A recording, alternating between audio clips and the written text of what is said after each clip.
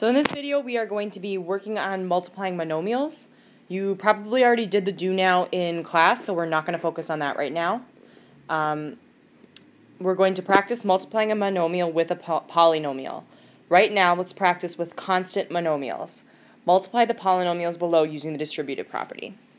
So you guys remember the distributive property. That's just like kind of like the rainbow thing where we distribute this 3 to both terms. So we're really doing 3 times 2x plus 3 times negative 4.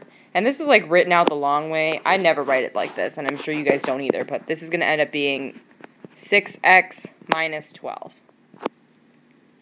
And we can do it over here. Same idea. I'm going to do it quicker. So 6 times 3x to the third, 6 times negative 2x squared, and 6 times 5. So 6 times 3x to the third, that's just going to be 18x to the third. Oop. And 6 times minus 2x squared, that's minus 12x squared. 6 times 5, that's 30. Last but not least, we're going to distribute this negative 3. So negative 3 times 2y squared, that's negative 6y squared. Negative 3 times negative 4y, that's plus 12y. Negative 3 times 2, that's minus 6. So you guys have done the distributive property before. That's not any different. But we do have a new method that we're going to use that's called an area model. And the way that we do this is we're going to make a little rectangle. And we're going to think about the area of this rectangle. So I'm going to put this negative 4 on the side. And then I'm going to notice that 5a plus 2, that's 2 terms. So I'm going to split this into 2 pieces. So I've got 5a and plus 2. And all I'm going to do is I'm going to fill in the area. That's why it's called an area model. So the area of this square right here is just 5a times negative 4. Well, that would be negative 20a.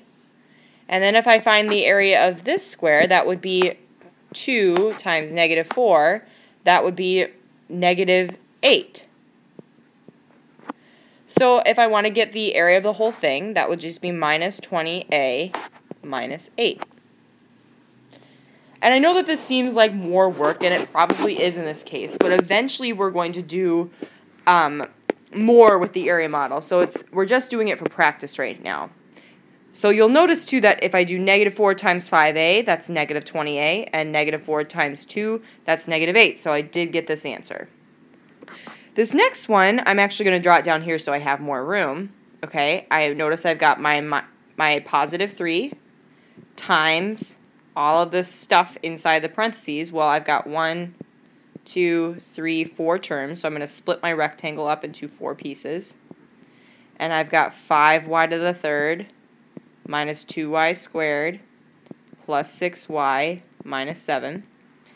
And I'm going to multiply. So I've got 3 times 5y to the third first. That's going to be 15y to the third. Then I've got 3 times negative 2y squared. That's negative 6y squared. Then I've got 3 times positive 6y. That's 18y. And finally, I've got 3 times negative 7. That's going to be negative 21. And now I'm going to just take the pieces out. So I've got 15y to the third minus 6y squared plus 18y minus 21. The last piece we're going to do the same way, but we notice that there are now 3 terms inside the parentheses. So we just split our box up into 3 pieces. So we'll do 1, 2, 3. And on the outside I've got negative 2. On the top I've got 3x squared minus 2x and then plus 1. Let's multiply. So negative 2 times 3x squared, that's negative 6x squared. Negative 2 times negative 2x, that's 4x, positive 4x. Negative 2 times positive 1, that's negative 2.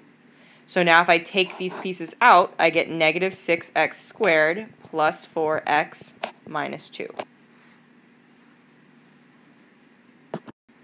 Alright, so now it's just getting just a little bit more complicated in that we can also multiply non-constant monomials, meaning monomials with a variable and possibly an exponent. Remember that when you multiply terms with the same base, you add the exponents. So for this one, we're gonna multiply the coefficients. So we're gonna multiply the 3 and the 2, so we get 6. And then we're going to think about if I do y squared times y to the 4th, I add the exponents. So this is going to be y to the 4 plus 2 is 6. Okay, let's try the next one. And remember that the exponent on this x is really a 1. So I multiply the coefficients. 3 times 4 is 12. And then when I multiply terms with the same base, they both have base x, we add the exponents. So x to the 4th power.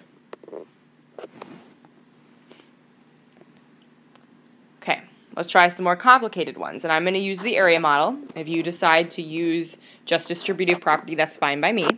But I want you to get some practice using the area model. So I've got 2 terms inside my parentheses, x and positive 2, and a 3x on the outside. And remember that these x's have exponents of 1, so when I multiply them, I have to add them. So I have 3x times x, so that was going to just be a 3x, and I add the exponents, so x squared. And then I've got a 2 times a 3x, so this is plus 6x. So my answer, if I take it out of the box, 3x squared plus 6x. Let's do the next one. So now I see I've got 3 terms inside my parentheses, so I'm going to make 3 columns. I've got 3x squared minus 2x plus 1. And I'll put a 5x out here. Remember, that's 5x to the 1st power. So 5x times 3x squared, well, I multiply the numbers. So 5 times 3, that's 15. X to the 1st times x squared, I add the exponents, so that's x to the 3rd. 5x to the 1st times 2x to the 1st. Multiply the numbers out front, that's 5 times negative 2 minus 10. X to the 1st times x to the 1st, I add the exponents, so x squared. 5x to the 1st times positive 1 is just 5x. Positive 5x. So if I take this out, it's going to be 15x to the 3rd minus 10x squared plus 5x. 2 more.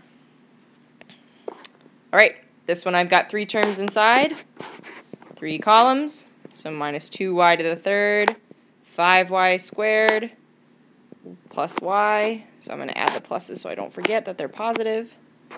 Then I've got 3y squared on the outside here, so I'm going to get 3y squared times negative 2y to the 3rd, that's negative 6y to the 5th.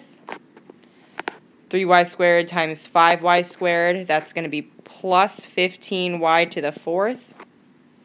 3y squared times y, that's 3y to the 3rd. Remember, we are adding exponents, and this y has an exponent of 1. So if I take it out, I've got negative 6y to the 5th plus 15y to the 4th plus 3y to the 3rd. Last one, we've got minus 2a to the 3rd on the outside, 3a minus 4 when we multiply. So negative 2a to the 3rd times 3a, that's minus 6a to the 4th.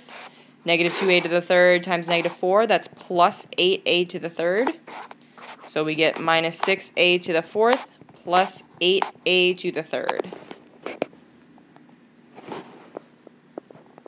Okay, my friends, last but not least, you have 2 problems to try below here. And you must try them if you want full credit for your homework. They don't have to be correct, but I do want you to try them. I would use the same method that I was using above. Good luck!